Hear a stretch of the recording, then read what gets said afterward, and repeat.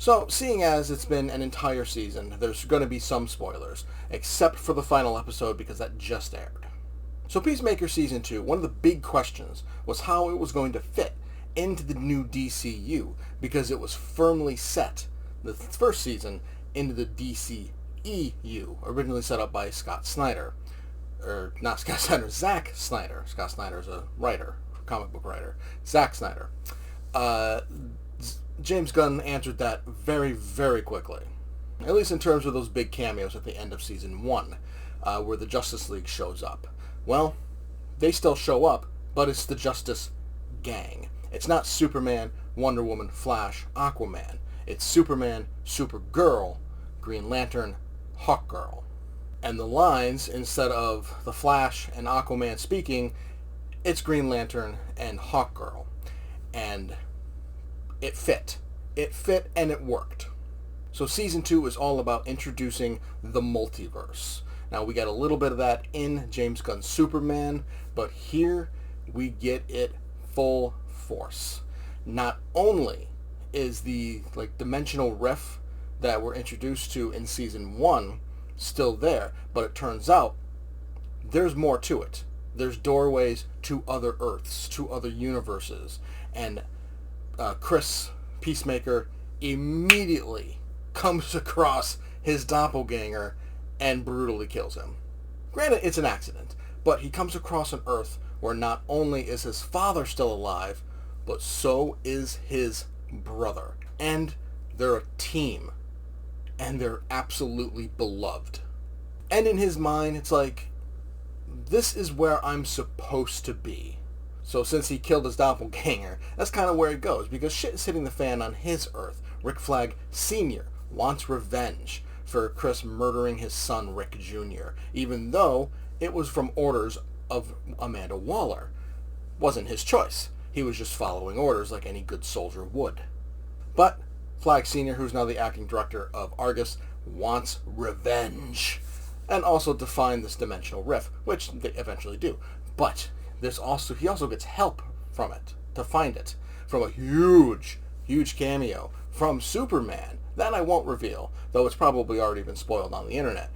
But that I won't say. But when this person shows up, it's like, what?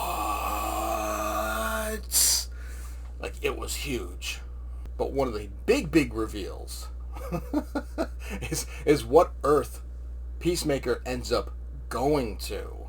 Harcourt, they end up going after him. Harcourt adds Vigilante, Economos. They end up going to that Earth to bring him back because they want their Chris. They want their Peacemaker.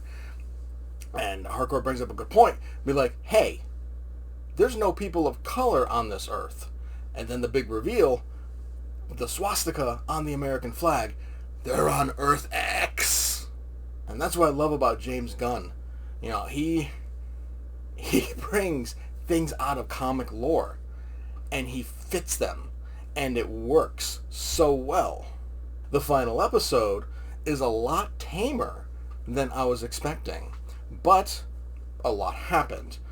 There is an organization that is founded, and the way that it ends really sets up a Season 3, despite James Gunn saying that he doesn't expect there to be a Season 3. So maybe the story is going to be continued somewhere else. But Peacemaker Season 2, in general, is fantastic. The new intro, at first glance, it's like, this isn't as good as Do You Want to Taste It? But then, as the series goes on, and how they bring in the intro after each cold opening, it just fits with absolutely anything. And one of the big memes online has been the intro goes with anything. And it really does. Everybody in it just nails it. John Cena, James Gunn casting him as Peacemaker was the best thing to happen to Cena's career, acting career, because he really hit his stride. He found the role that was meant for him. He is absolutely perfect for the role of Peacemaker. And I believe, I was reading an interview that Gunn originally wanted Dave Bautista. And I like Bautista, but after seeing Cena and how he's really taken to the role and really made it his own, it's hard to see anybody else but him as Peacemaker. But Jennifer Holland, Steve G, Danielle Brooks, Freddie Stroma, everybody is just really settling into their roles even more than they did in season 1, and it's just fantastic. I mean, even when they go to Earth X, the only thing funnier than Vigilante is Vigilante interacting with Vigilante. So, like, once again, Freddie Stroma as Adrian Che's Vigilante steals the show. There's plenty of connections to Superman, not just like the big cameo and Rick Flag Sr. and just a few other smaller things, but there's some big connections, and there's a lot of implications for the future of the DCU, and it really makes Peacemaker Season 2 required viewing for the future of the universe. James Gunn has another winner on his hands, and I know that the Snyder cult is still out there. They're still... When you really, really look back at it, Snyder did not understand Superman. He didn't. He didn't. Henry Cavill was a great Superman, but Zack Snyder did not understand the character. James Gunn does. James Gunn understands comics in general.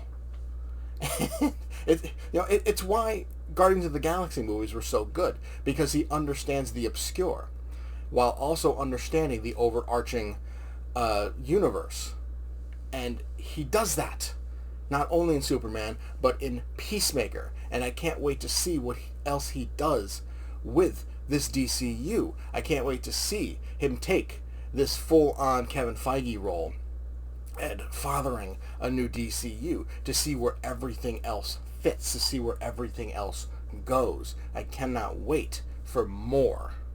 And Season 2 of Peacemaker proves that to me, that Gunn, he knows exactly what he's doing with this new DCU. He started out great with Creature Commandos, he blew it out of the water with Superman, and he is continuing that trend with Peacemaker Season 2. I give Season 2 of the show an A+.